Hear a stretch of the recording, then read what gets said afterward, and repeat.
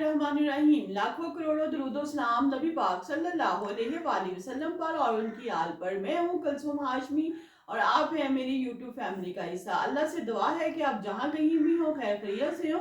अगर अभी तक आपने मेरे चैनल को सब्सक्राइब नहीं किया, चैनल को सब्सक्राइब करें, लाइक करें, कमेंट्स करें और बेल आइकन के बटन को जरूर प्रेस करें ताकि मेरी आने वाली हर नई वीडियो आप तक पहुंच सके। बानिए पीटीआई और बुशरा बीबी के खिलाफ 190 मिलियन पाउंड का फैसला एक बार फिर मौखर कर दिया गया। बानी पीटीआई और बुशरा बीबी के खिलाफ 190 मिलियन का फैसला एक बार फिर मौखर कर दिया गया। जराए बता रही है कि फैसला आज भी नहीं सुनाया जाएगा। जज नासिर जावेद राना की ट्रेनिंग पर होने की वजह से फैसला ना सुनाए जाने का इम्कान।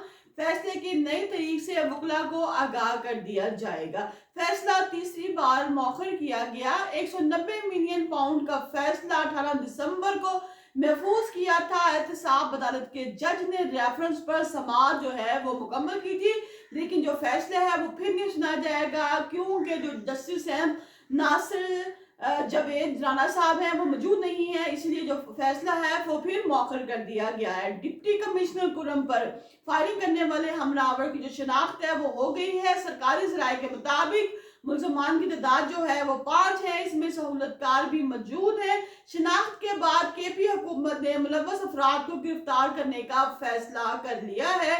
उधर कुरम वाक़िए पर बड़े फैसले। जराये के मुताबिक शरपसंदों के खिलाफ क्रैकडाउन किया जाएगा। कुरम वाक़िए में मुलव्वस मुलजमान को किसी सूरत भी नहीं छोड़ा जाएगा। इनके खिलाफ जो है वो सख्त कार्रवाई होगी। थाना सीसीटी में दर्ज इंसदाद दहशतगर्दी समेत दफा जो है वो मुकदमात में शामिल की गई है। मुकदमे में 5 नामलूस समेत 30 अफराद नामजद शामिल हैं। वतन एफआईआर के मुताबिक हमला करने वालों में कमांडो काजम काजी कादर खान और ईमान मोहम्मद समेत 30 नामालूम दहशतगर्द शामिल हैं। दूसरी जानब कुरम में मौजूद हालात के पेश नजर 2 माह के लिए दफा 144 नाफिज कर दी गई है और जिले भर में जलसे जुलूस और असले की जो पाबंदी है उस पर आयद कर दी गई है।